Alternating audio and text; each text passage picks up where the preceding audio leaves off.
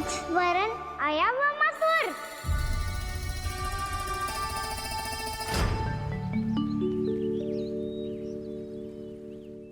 बहुत समय पहले की बात है। बहुत बड़े भूमाकर राज करते थे तुम्हें महान राजा भीमम के नाम से जाना जाता था। सब कुछ था तुम्हारे पास, पर शांति नहीं थी। इसीलिए शांति की खोज में अपना संपूर्ण राज अपने पुत्रों को सौंप कर हिमालय पर्वत की ओर चल दिए। अनेक वर्षों की तपस्या के बाद तुम्हारे तप की कीर्ति चारों ओर फैलने लगी और फिर सच्चे तपस्वी की धूप में तुम्हारी ख्याति से प्रभावित होकर महर्षि उलट तुमसे भेंट करने आए। राजा भीमरथ, आपने ईश्वर की प्राप्ति के लिए सब कुछ छोड़ दिया, पर अपना अभिमान नहीं छोड़ पाए। इसीलिए मेरे आगमन पर सम्मान के साथ खड़ा होना तो दूर, मेरा अभिवादन भी नहीं किया। अभिमान तपस्वी का गुण नहीं होता है राजन, अभिमान राक्षसी गुण है। इसलिए मैं आपको श्राप देता हूँ कि आप अगले जन्म में एक राक्षस के रूप में जन्म लेंगे, एक राक्षस के रूप में जन्म लेंगे। मुझे क्षमा कर दीजिए महर्षि, मैंने जानबूझकर आपका अपमान नहीं किया है। मैं तो यहाँ पर शांति की खोज में आया था। अपने भीतर के संसार में गहरे सोच विचार में डूबा हुआ था मैं। मुझे क्षमा कर दीजिए महर्षि, मुझे क्षमा कर दीजिए। अपनी भूल का आभास प्रायश्चित की ओर पहला पग होता है। मैं अपना श्राप तो वापस नहीं ले सकता, परंतु आपको एक वचन अवश्य दे सकता हूँ। जब भी प्रभु नारायण का अवतार होगा, आपको उचित समय पे वो वरदान देंगे जिसकी आप लंबे समय से प्रतीक्षा कर रहे हैं।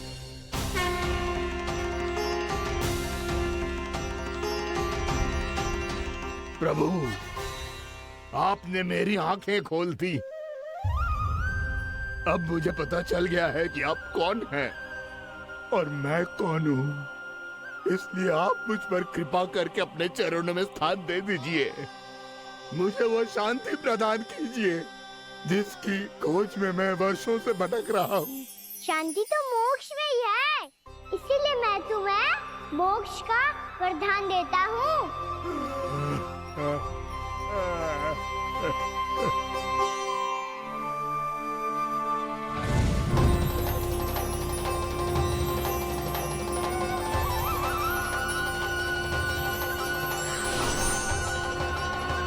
प्रभु की ये लीला सदैव स्मरण रखी जाएगी। इस स्थान को इनका आशीर्वाद मिलेगा और इस कंदरा को व्योमासुर की कंदरा के रूप में पहचाना जाएगा। भविष्य में अनेक ऋषि मुनियों की शरण स्थली बनेगी ये कंदरा।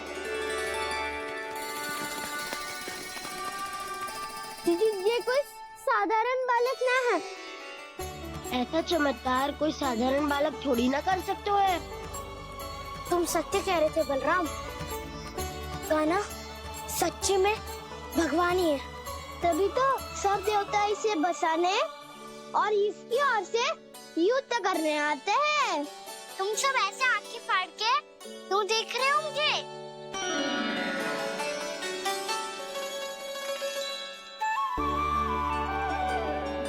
बलराम, तुम बलवान हो और कान्हा भगवान है। दूर दूर तक कोई दिखाई न दे रहा है। ना जाने किस हाल में होंगे बालक। कहीं हम ही तो मार्ग ना भटक गए शीघ्रता के चक्कर में। अब तो एक पग भी ना चलो जा रहे हो। जल, किसी के पास जल है क्या? कंठ तो मेरा भी सूख रहा है मौसी। भाभी, निकट ही जमुना जी है, कहूँ तो वहाँ से जल ले आओ। मैं भी जा रही हूँ भाभी, एक से भले दो। हाँ चल, शीघ्रता से आओ। हाँ।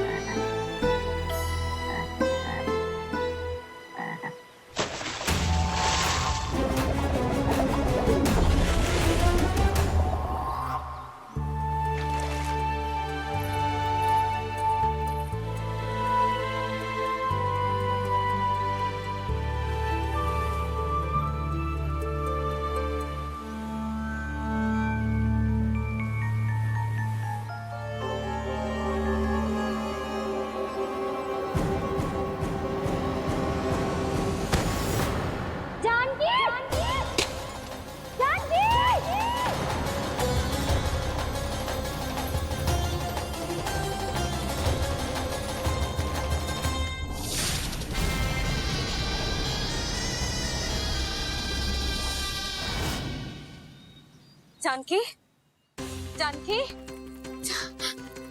क्या होगा इसे?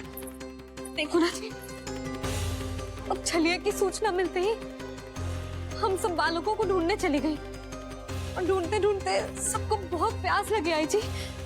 तो जानकी जमुना जी की नदी से जल लेने गई और उसने जमुना जी का पानी पिया और उसकी जेदशा हो गई। बालक कहाँ है? वो ठीक तो है ना? ऊपर से सब ठीक है, पर भीतर से बहुत भयभीत है सब। जानकी तो बिल्कुल नीली पड़ गो है। लग तो है विष फैल गया है इसको पूरे तन में। मथुरा के सौ से विदेश जी को बुलाए गो है उसके उपचार के लिए। जैसे ही इसने जल को मुंह से लगाया, ये गिर पड़ी। चटपटाने का अवसर भी ना मिलो। हाँ वैद्य जी, और निकटी मृत पशु भी पड़े हुए थे। हाँ, मैंने भी अस्थियां देखी थी। इसका तो यही अर्थ हो सकता है कि समस्या वहाँ के जल में ही हो। वैद्य जी, आप रोगी की नाड़ी पे ध्यान दो ना। जे गोपिया क्या कह रही है उसे सुनने की आवश्यकता ना है। जब तक विष के कारण का पता नहीं चल जाता, हम उपचार कैसे कर सकते हैं रानी जी? बहन जी, वो निकट ही यमुना जी में एक विशेष क्षेत्र है। ये सब उसी के जल की बात कर रही है। तब तो ऐसा भी हो सकता है कि किसी विषैले सर्प के काटने का प्रभाव हो। पर सर्प के काटने का चिन्ह ना है उसके तन पे। सर्प जब काटतो है तब उसके दांत के चिन्ह बन जाते हैं। मुझे पता है, बड़े बड़े सर्प को काटते हुए देखो है मैंने। एक दिन अब बस कर उज्जवल, ये बड़ी बड़ी हाँकने का समय ना है। पर यदि सर्प ने ना काटो है, फिर जानकी की ये दशा किसने की? अवश्य किसी राक्षस ने की होगी। नाना, कोई विषैला पशु भी तो हो सकता है। यह अवश्य किसी महाविषैले सर्प के विष से हुआ है। सर्प ने भले ना काटा हो, लेकिन ये अवश्य ही किसी महाविषैले सर्प के विष के कारण हुआ है। कालिया नाग। कालिया नाग?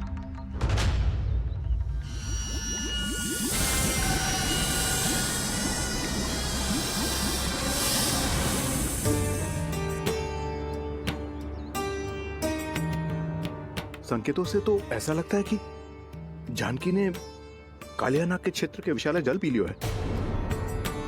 कालिया नाग एक लोक श्रुति है, कल्पना में गढ़ी हुई एक कथा, और कछु न है। हमें जाके पता लगाना पड़ेगा। पर हमें वहां जाने से मना किया है ना बड़ों ने। उज्जवल सही कह रहे हो है। इस समय जानकी के स्वास्थ्य से अधिक महत्वपूर्ण और कछु ना है। जानकी हमारे लिए ही जलाने गई थी जी। ना मैं उसे जाने देती ना जैसा वो तो। वैद्य जी, आप शीघ्र कछु करो, कैसे भी कछु भी करो, पर इसके प्राण बचा लो। यशोदा, धैर्य रखो, श्री नारायण पर विश्वास रखो, वो सब ठीक करते हैं।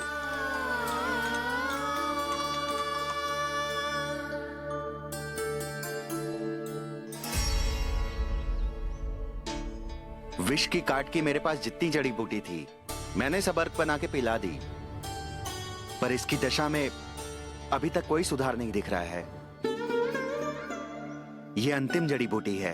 अगर इससे भी चमत्कार नहीं हुआ, तो फिर जो नारायण की इच्छा।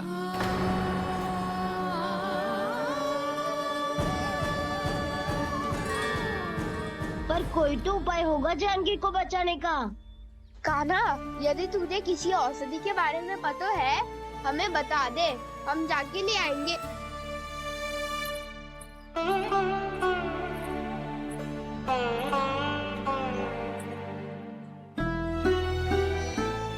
हे नारायण, हे प्रभु, मेरी जानकी के प्राण बचा ले प्रभु। या तो मैं अपने आप को कभी क्षमा न कर पाऊंगी। ये सारी मेरे ही कारण बनाई थी। उसकी रक्षा करो प्रभु, मेरी पुकार सुनो। कान्हा, तूने हमें वत्सासुर से बचाया था ना? और बकासुर से भी तो। और छलिया से भी तो तूने ही बचाया था ना हमें। क्या ऐसा कोई उपाय ना है जानकी को बचाने का? धनवंतरी,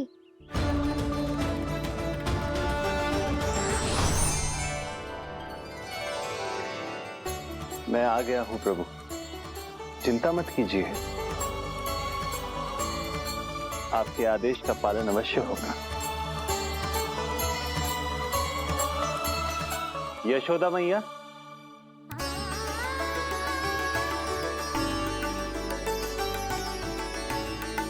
मैया आपको कोई पुकार रहा है।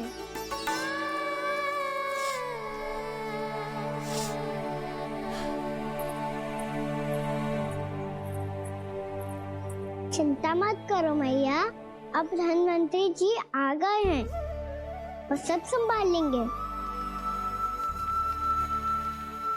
धनवंतरी जी कौन है? जिन्होंने संसार का आयुर्वेद दिया, आरोग्य के देवता, वे श्री नारायण के अवतार।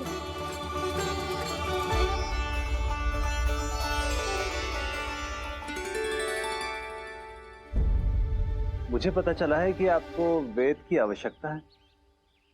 हाँ हाँ, भीतर आइए। आइए आइए बैठे जी। जी रही। मथुरा का सर्वश्रेष्ठ वैद्य अर्थात मैं यहाँ आ चुका हूँ और रोगी को जितनी औषधि की आवश्यकता थी सब दे चुका हूँ। निश्चित रूप से आपने विष की काट के लिए बहुत ही उत्तम अर्क तैयार किया है, इसीलिए किसी और वैद्य की आवश्यकता नहीं है। किंतु आप अकेले कितना कुछ करेंगे वैद्यराज, मुझे अपना सहायक ही बना लीजिए। पर जो करना था मैं पहले ही कर चुका हूँ। हाँ, वो तो आप कर चुके हैं, बस रोगी के तन से विष निकालना शेष है ना वैद्यराज? हाँ हाँ, बस वही शेष है। इनके रक्त को विष रहित करने में मैं आपकी सहायता करूंगा। पहले ये संजीवनी मानी जाने वाली इन लाल फूलों की बूटी को भी घिसना है ना?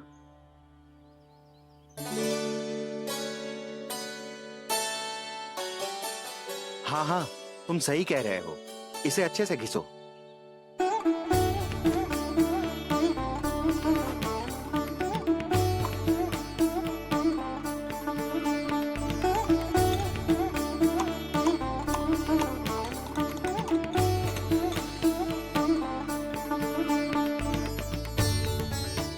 और ये नीले फूलों को भी तो मिलाना है ना? हाँ हाँ, अच्छे सहायक बन सकते हो तुम, ऐसे ही श्रम करते रहो।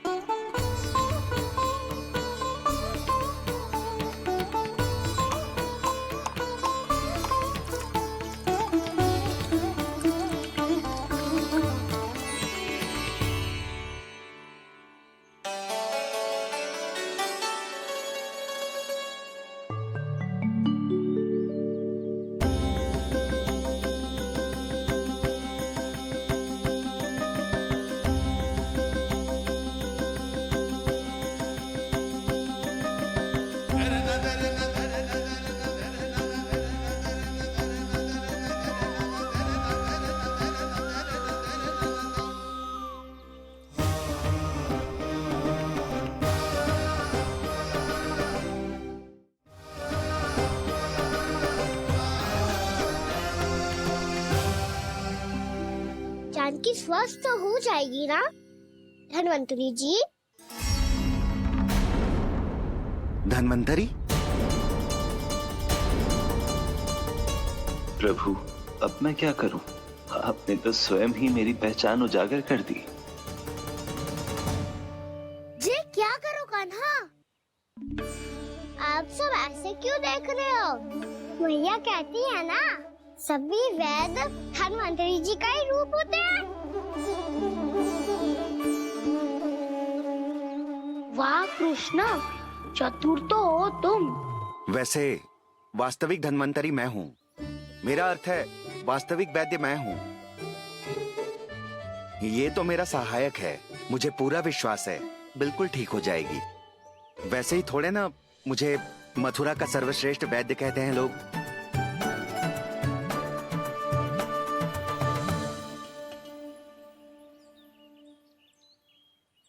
जसोदा भाभी, जशोदा जी, जानकी को चेतना आ गई। जानकी, जानकी, जानकी, तू ठीक है ना? क्षमा करना भाभी, मैं आपके लिए जल ना ला पाई। बस बहुत भूख लगी है। मैं अभी कछु लाती हूँ। जानकी, माखन खाओगी?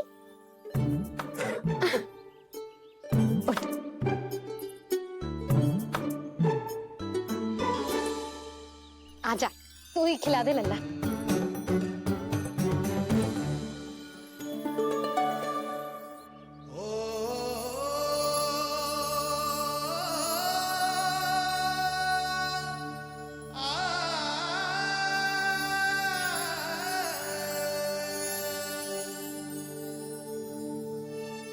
तुम सब मेरे लल्ला को माखन चोर कहती हो ना? आज देखो, अपना ही माखन जानकी को खिला रहे है।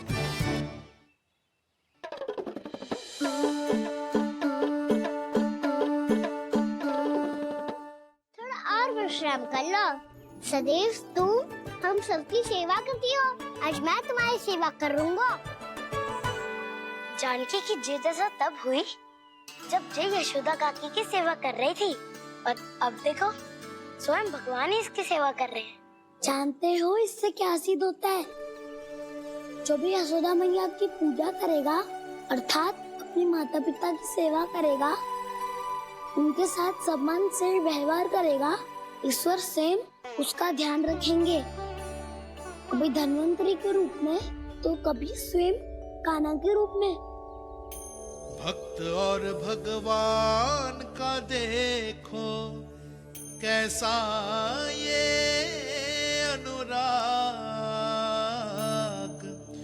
स्वयं करे सेवा प्रभु, अद्भुत गोपी का भाग्य। प्रभु इन सब पृथ्वीवासियों से कितना घुल मिल गए हैं। ना तो ये प्रभु को भगवान मानते हैं और ना ही प्रभु अपने आप को इनसे सर्वश्रेष्ठ समझते हैं। अपने आचरण से ये सिद्ध कर रहे हैं कि ये सभी में हैं और सभी इनका ही अंश है।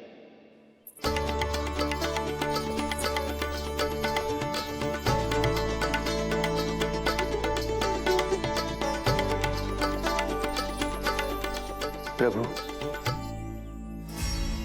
अब मुझे जाने की आज्ञा दीजिए।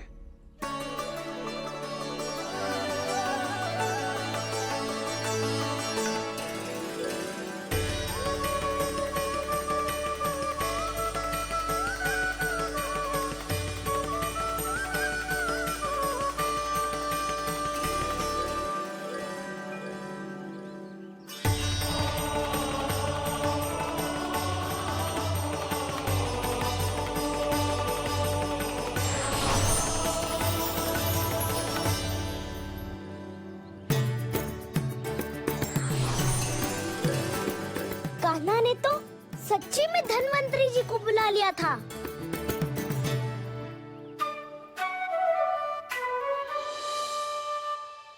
जब से कान्हा का जन्म हुआ है ना, मैं तब से देख रही हूँ, तब से हम पे कोई भी संकट आती है ना, तो अचानक से कोई अपरिचित हमारी सहायता करने आ जाता है। और जाते समय कान्हा की आज्ञा लेके जाते है, और कभी कभी तो इसे प्रभु बोल के जाते है। बाबा संभालो। यशोदा, इस जानकी को चढ़ो है और विचित्र विचार तुम्हारे मन में है।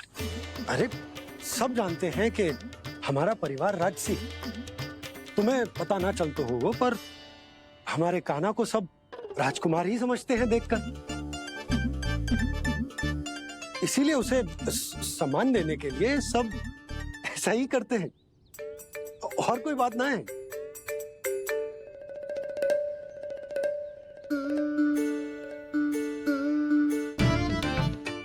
अब जी मेरे लल्ला को ऐसे क्यों घूर रहे हैं? बुरी दृष्टि लगाएंगे क्या? वैद्यराज जी, आपके सहायक तो गए, अब आप यहाँ क्यों? वो क्या है ना, मैं अपने रोगी का निरीक्षण करके पूरी तरह से संतुष्ट होकर ही जाता हूँ।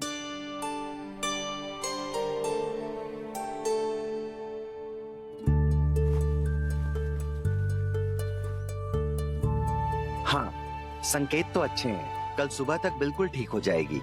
धन्यवाद वैद्य जी।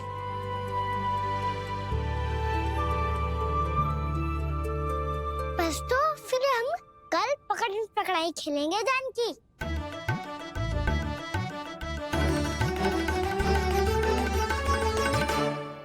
भानु, बंसी, जाकर उस क्षेत्र के चारों ओर बाड़ बनवा दो और वहां सूचना पट्ट भी लगा देना, ताकि जानकी के साथ जो हुआ है वो किसी और के साथ ना हो। शीघ्र जाओ। जी ठीक है।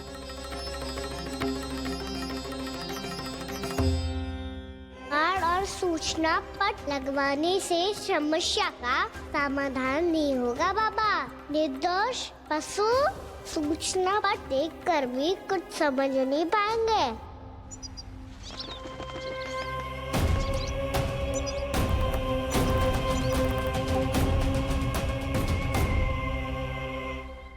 तो तुम्हारे कहने का अर्थ यह है कि व्योमासुर मारा जा चुका है और वो बालक अब भी जीवित है। हाँ महाराज, मैंने गोप बालकों को कहते सुना था कि कृष्ण ने छलिया को मोक्ष दे दिया है, पर वृंदावन सुरक्षित नहीं है महाराज। वो एक बहुत बड़ी समस्या से जूझ रहे हैं। कैसी समस्या? गांव के निकट क्षेत्र में किसी विषैले सर्प का निवास है।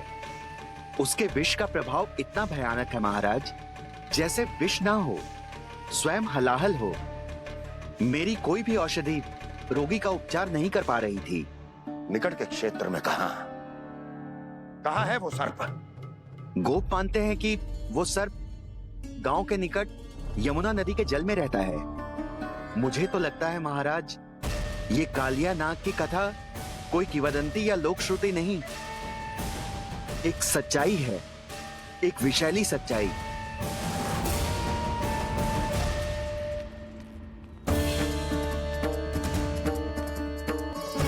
कालिया का सामना करने का समय आ गया है, पर उससे पहले मुझे बुलाना होगा उन्हें।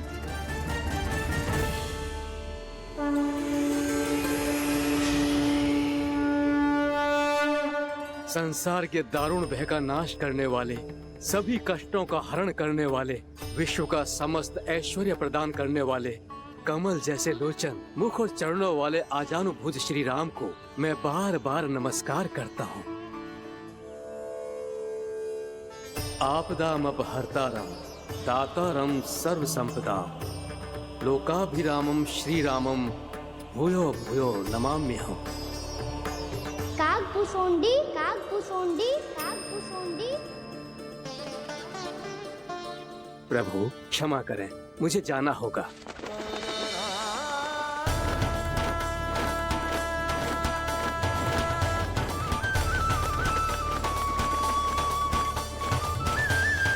प्रणाम प्रभु। अनेक बार मैं आपके दर्शनों के लिए आया प्रभु। कभी नंद भवन के झरोखों से आपके दर्शन करके चला जाता था, तो कभी दूर किसी वृक्ष की आड़ से आपको निहार लिया करता था। आज आपने स्वयं मुझे बुलाकर धन्य कर दिया प्रभु।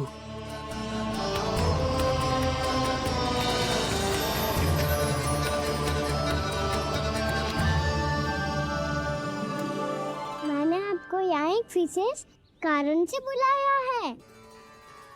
आपके श्राप से इस कालिया नाग को मुक्त करने का समय आ गया है। ये तो बहुत ही उत्तम समाचार है प्रभु। इतने वर्ष बीत गए, मुझे आज भी स्मरण है वो दिन जब मैंने उन्हें श्राप दिया था। अपने क्रोध पर नियंत्रण खोकर बहुत बड़ी भूल कर दी थी मैंने प्रभु। बीती हुई घटनाओं पर दुखी होके कोई लाभ नहीं है। हमें भविष्य की ओर देखना होगा।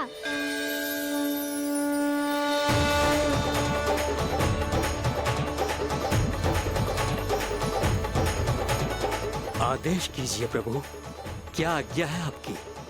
जब मैं कालिया नाग का सामना करने जाऊं, तो आप यही रहेगा। आपको अपने आप पता चल जाएगा कि कब क्या करना है। और हाँ, लौटते जाते समय नारद मुनि से कहिएगा, वो आकर मुझसे भेंट करे। अवश्य प्रभु, प्रणाम। क्या इसने सच्ची में देवर्षि नारद को बुलाया है?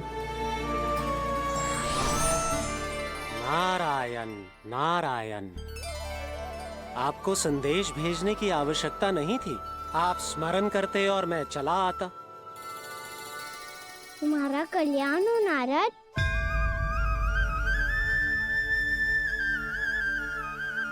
मैंने तुम्हें एक विशेष कार्य के लिए बुलाया है। आज्ञा दीजिए प्रभु। तुम्हें एक बात से कंस से भेंट करनी होगी। विचार कीजिए महाराज, क्या आप बिना किसी शंका के कह सकते हैं कि कौन सी पंखुड़ी पहली है और कौन सी 8वीं? उस दुष्ट से भेंट करना स्वयं कीचड़ में उतरने के समान है प्रभु। कमल पुष्प प्राप्त करना हो तो कीचड़ में उतरना पड़ता है नारद।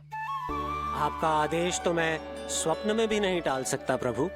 कंस कालिया नाग के बारे में जान गया है, पर वो उसका सामना करने का साहस नहीं कर पाएगा।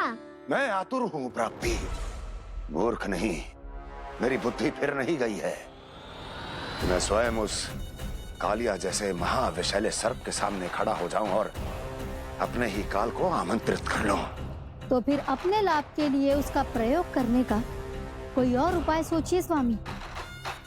कुछ ऐसा कीजिए कि यमुना नदी का पूरा जल विषैला हो जाए और वृंदावन वासी उसका उपयोग करे, और आपका काल कहलाने वाला वो बालक स्वयं काल के गाल में चला जाए।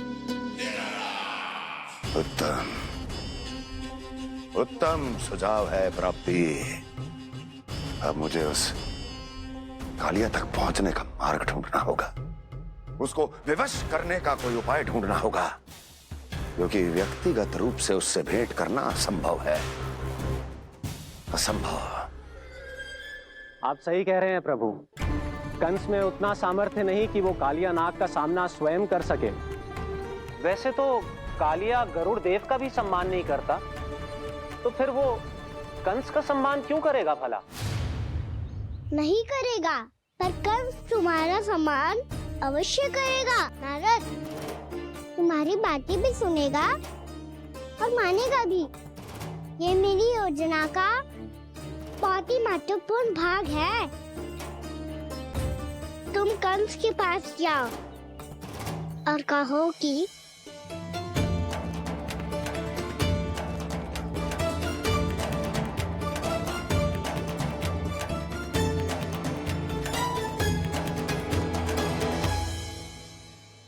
संतान अपने माता पिता को तीर्थ का सौभाग्य दिलाती, और मेरा लल्ला कितना महान कि उसने हमारे घर को ही तीर्थ बना दिया।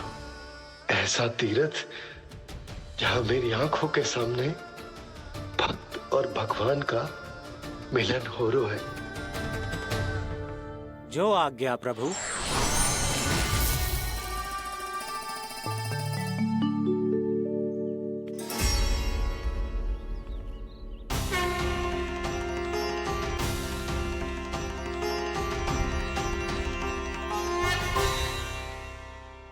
बाबा, कान्हा, ये सब क्या चल रहा है? पहले काग भुसुंडी जी और फिर जे नारद जी। क्या योजना बना रहे हो तुम? कान्हा, बताना लल्ला, क्या सोच रहे तू? कान्हा देख, अगर तुझे अपने बाबा को ना बताना हो ना, अपने भक्त को बता दे। क्या सोच रहे हो लल्ला? क्या करने वाले हो आप?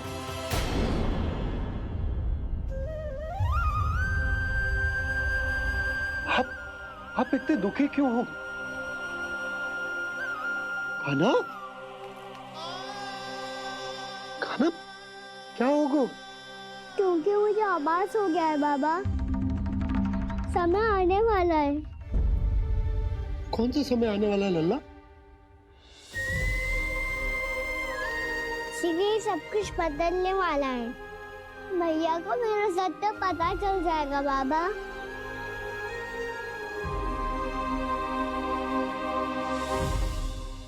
पर लल्ला, इसका काक भुसुंडी और कालिया नाग से क्या संबंध है? ऐसा क्या हुआ था और क्या होने वाला है?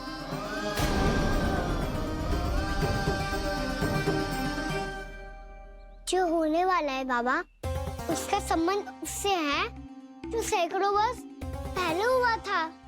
महर्षि भृगु के एक वंशज थे वेद शिरोमणि, जो विंध्याचल की पहाड़ियों में साधना कर रहे थे। तभी वहाँ अश्वशिरा नाम के एक दूसरे मुनि आमंत्रण के बिना ही आ गए। कितना सुंदर और शांतिपूर्ण आश्रम है। यहाँ प्रभु की साधना करने में बहुत आनंद आएगा। शीघ्र ही अश्वशिरा मुनि उपस्थिति के कारण होने वाले व्यवधान से बाध्य होकर वेद शिरा मुनि ने अपनी आंखें खोली। कौन हो तुम और यहाँ क्या कर रहे हो? आपके आश्रम में बहुत शांति है मुनिवर। साधना करने के लिए बहुत ही उत्तम स्थान है ये। मैं चाहता हूँ कि मैं भी यहाँ। आप यहाँ साधना करना चाहते हैं, लेकिन इतना भी नहीं जानते कि किसी के आश्रम में प्रवेश करने से पहले उसकी आज्ञा लेनी चाहिए। आप ये भी नहीं जानते कि यदि कोई यज्ञ कर रहा हो तो बिना अनुमति के वहाँ प्रवेश करने से उसकी यज्ञ साधना भंग हो सकती है। आप क्या साधना करेंगे मुनि? आप तो साधना के योग्य ही नहीं हैं। इतना अपमान! एक मुनि के मुख से इतने कड़वे शब्द शोभा नहीं देते। मैं तुम्हें श्राप देता हूँ, जितनी विषैली तुम्हारी जिह्वा है उतने ही विषैले सर्प बन जाओ तुम। और ऐसा सर्प जो सांस भी ले तो निकट का वातावरण दूषित हो जाए। तुम्हारे इस दुस्साहस के लिए मैं तुम्हें श्राप देता हूँ कि तुम अभी इसी क्षण कौवा बन जाओ, और ऐसा कौवा जो कांव कांव करके अनर्गल प्रलाप करता रहे।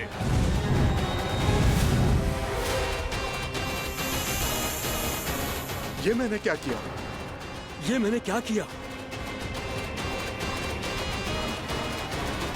क्रोध के कारण दोनों ने एक दूसरे को श्राप दे दिया। पर दोनों ही मेरे भक्त थे, और भगवान होकर मैं अपने भक्तों को इतनी कठिनाई में कैसे देख सकता था। इसीलिए जिस संकट में उन दोनों ने अपने आप को फंसा लिया था, उसका समाधान करने में मैं उनके पास गया।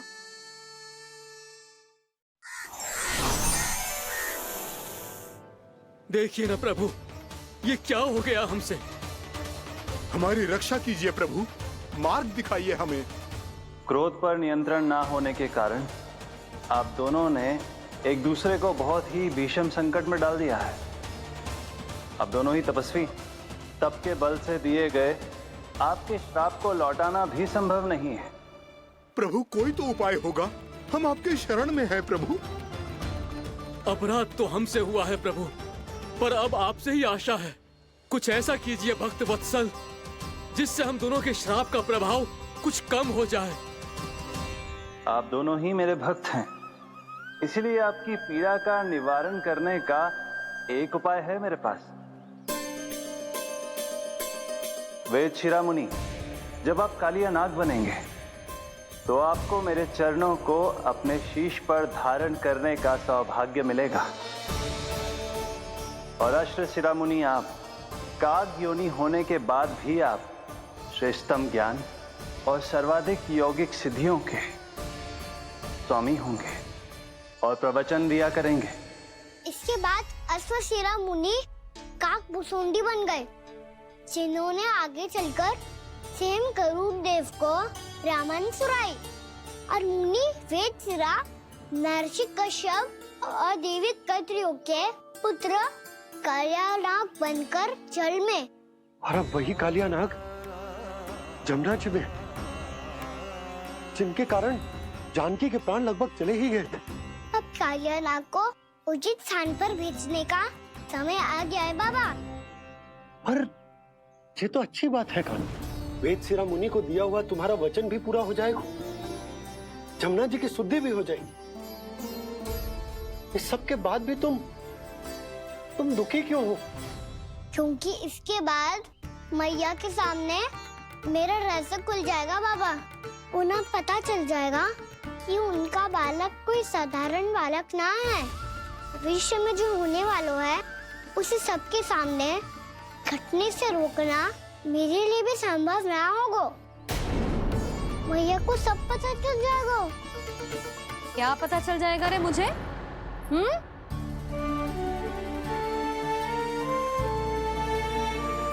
यही कि सबसे अधिक प्रेम मैं आपसे ही करता हूँ। अब बस भी कर। चलो, भोजन के लिए बुलाने आई थी तुम दोनों को। भूखा थोड़े ना रहने दूंगी अपने लल्ला को। मेरा लल्ला दुर्बल हो जाएगा ना। आप खिलाओगे तो ही खाऊंगा। हाँ ठीक है, मैं ही खिलाऊंगी। अब चल, आओ जी, चल।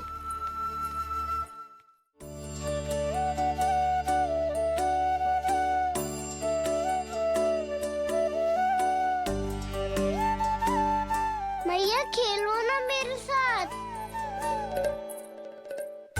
मैया सुनो ना, मेरी बात ना मानोगी? अभी बहुत कार्य पड़े लल्ला। देख, जानकी को औषधि भी देने जानो है ना। औषधि मैं दे दूंगा, फिर तो खेलोगी ना आप मेरे साथ? पिछले कुछ दिनों से अपनी मैया का अधिक से अधिक प्रेम पाने का प्रयास करो है कान्हा। इसका तो एक ही अर्थ हो सकता है कि कछु बहुत बड़ो होने वालों है। कान्हा रुक जा लल्ला। कान्हा क्यों तंग कर रहा है? मैया को पहन लेना। कान्हा, कान्हा, ये क्या करो तूने?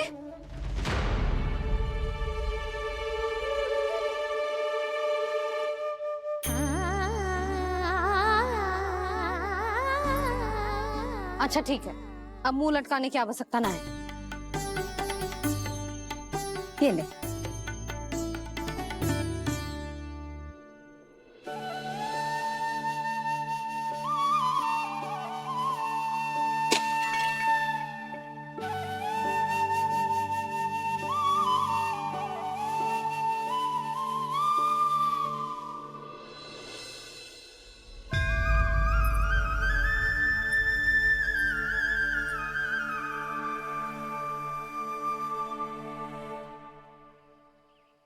तंग करे मैया को खिजाए, खेले रूठे मनाए, लीला अनोखी करके शरारत, कान्हा दंड भी पाए।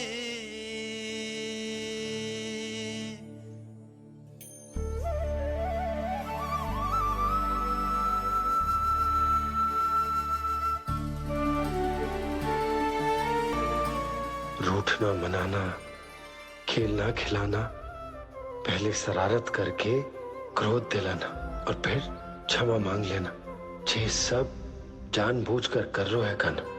जैसे जीवन भर के लिए अपनी मैया की ममता को अपने हृदय में समेट कर रखना चाहते हो।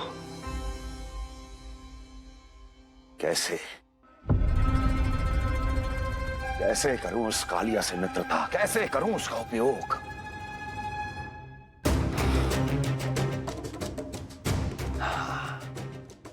उस पर आक्रमण कर देता हूं और उसे किसी ना किसी तरह से यह विश्वास दिला देता हूं कि यह आक्रमण उस विष्णु अवतार ने किया है। फिर वो क्रोध में आकर सारे वृंदावन वासियों को अपने विष से समाप्त कर देगा। उचित है, ये उचित है। नारायण हरि, नारायण हरि।